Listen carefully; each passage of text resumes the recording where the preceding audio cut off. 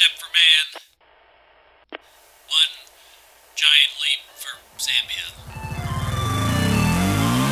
The space race, you know, America versus the Soviets, good versus evil, democracy versus communism, all that fun stuff. But despite what you might believe, America and the USSR weren't the only two countries involved.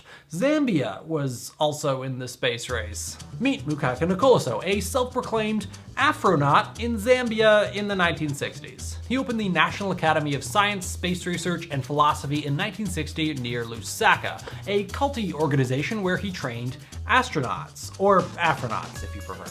His goal? The moon, and then Mars. The training consisted of swinging on swing sets and jumping up and down whilst clapping in synchronization and rolling down hills in barrels. According to himself, he's the one in the Cape, he had a really good rocket ship design, but he lacked fuel. Yes, this is the rocket launching site, and my rocket is just here. He even tested one of his rockets by launching it in a catapult. To solve said fuel problem, he approached both the United States and the USSR and offered them a deal. In exchange for fuel and technology, they would get his brilliant ideas, on the one condition that when they eventually did land on the moon, the Zambian flag would go up first. The plan was to launch his rocket, the Dikalu-1, containing a 17-year-old girl and 2 cats, and fly to the moon. Following this, convinced there was life on Mars, he would launch another rocket that would put Zambia on Mars just days after launch on Zambia's first Independence Day on October 14, 1964. But the launch never happened. Nicoloso, a clearly driven man who thought very highly of himself, believed his technology to be 7 years ahead of the Soviets and the United States. He even accused them of stealing his technology, despite the fact that to this day there is no evidence of what that technology even was. It's easy to look at this whole thing and think, that's a joke, right? Well, it wasn't, unless he didn't share the punchline with anyone. Despite the ludicrous nature and execution of his endeavors, what he was doing was very inspirational. In a country that had just come to the end of a long struggle for independence, he showed them that they could not only walk independently, but they could run in a space race. Swish. The movement fizzled out after America put a man on the moon in 1969. Nicoloso wasn't the only man who thought he could outrun the big players in the space race. Meet Bob of the Bob space program. In 1974, former Aerojet Aerospace engineer and pioneer in rocketry Robert Truax assisted Evel Knievel with his jump across Snake Canyon atop the SkyCycle X2, a rocket which Truax himself designed. The stunt was a failure, but Knievel was keen on pursuing the next big thing: space! Truax told him that if he could round up $1 million, he could make Knievel the world's first private astronaut. Knievel gave him a meager $3,000 grant to get going, but soon would drop out of the project entirely. Truax believed that if you cut all the fat that NASA created, you could make a functional space shuttle for a much lower price tag. His ground rules for design were make it big, make it simple, make it reusable, don't push the state of the art, and don't make it more reliable than it has to be. The idea was to create a competing space shuttle to NASA that could be used for private space tourism. To build his so-called Vokes rocket, he salvaged old NASA parts. He purchased 4 $70,000 Vernier rockets for $25 apiece, a $25 million X-15 guiding system for $36, and instead of a $200,000 astronaut transport vehicle, he would use a station wagon.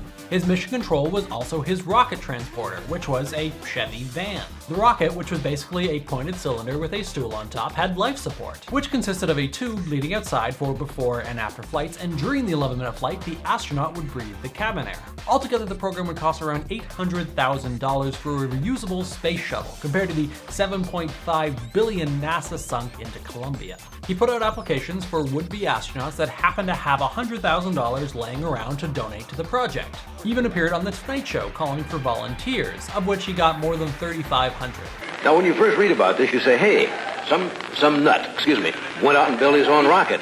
Unfortunately, after years of testing, the rocket never got a human off the ground, but his premonition of the need for private space exploration has now become a reality. But the US, USSR, Zambia, and Bob weren't the only ones in the space race.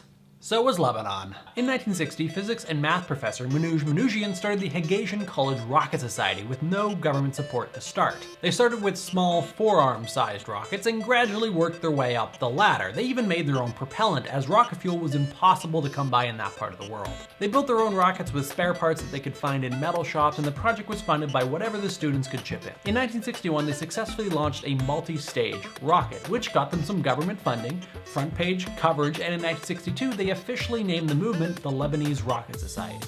In 1963, they broke all of their own records when they launched the Cedar 4 90 miles or 140 kilometers skyward, making it very close to low Earth orbit. The final launch was in '66, and the program itself was canceled a year later following the events of the Six-Day War, after which the Lebanese government had pressure put on it by Western governments to halt all rocket activities. This backyard rocketry wasn't simply a product of the 60s and 70s, it's still happening today. Australia is the only OECD country not to have a dedicated space program. So Australian space enthusiasts have done the most logical thing possible.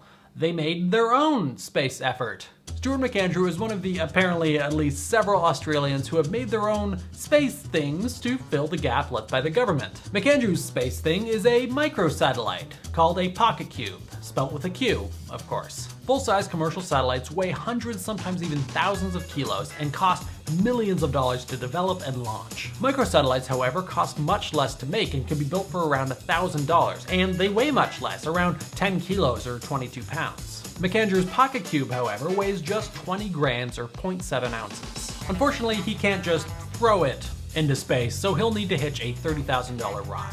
But let's get back to Africa, this time a bit farther north in Uganda. Perhaps inspired by Nicola Sow's efforts in the 1960s, Chris Samba, the founder of the African Space Research Program, is currently working on a manned space shuttle called the African Skyhawk in his mother's backyard.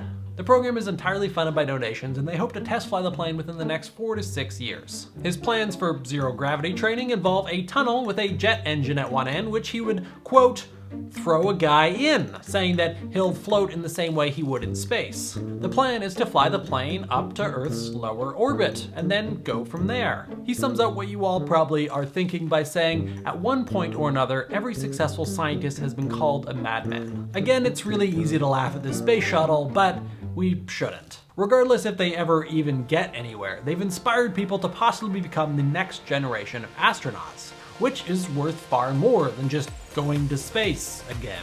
It's especially interesting with the exponentially rising popularity of the spaceflight simulator Kerbal Space Program, a game praised for its realism, at least in terms of spaceflight simulation, that NASA engineers love.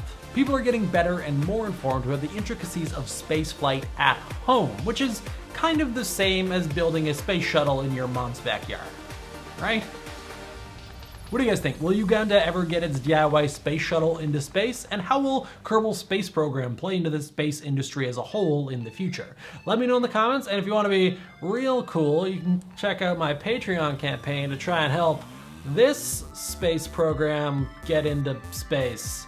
If space program is my YouTube channel in space is success.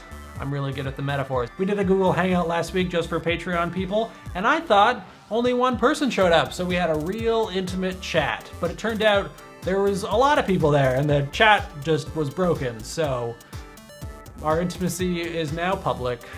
We tried to do a game thing, but my PSN was down, so I think I'm gonna switch to Steam. So if you have any games you wanna play with me on Steam, because I really only have Civilization and Cities Skylines. So if you wanna play something else, let me know what games you guys want in the comments, that I can get that going for next time. We'll do another Google Hangout in November, and a movie night. I'm still figuring that out for y'all movie people. Let me know what movies you want to watch, games you want to play. We'll figure it all out. Let me know in the comments, and if you haven't already, be sure to click right on my face to subscribe, or at least think about it.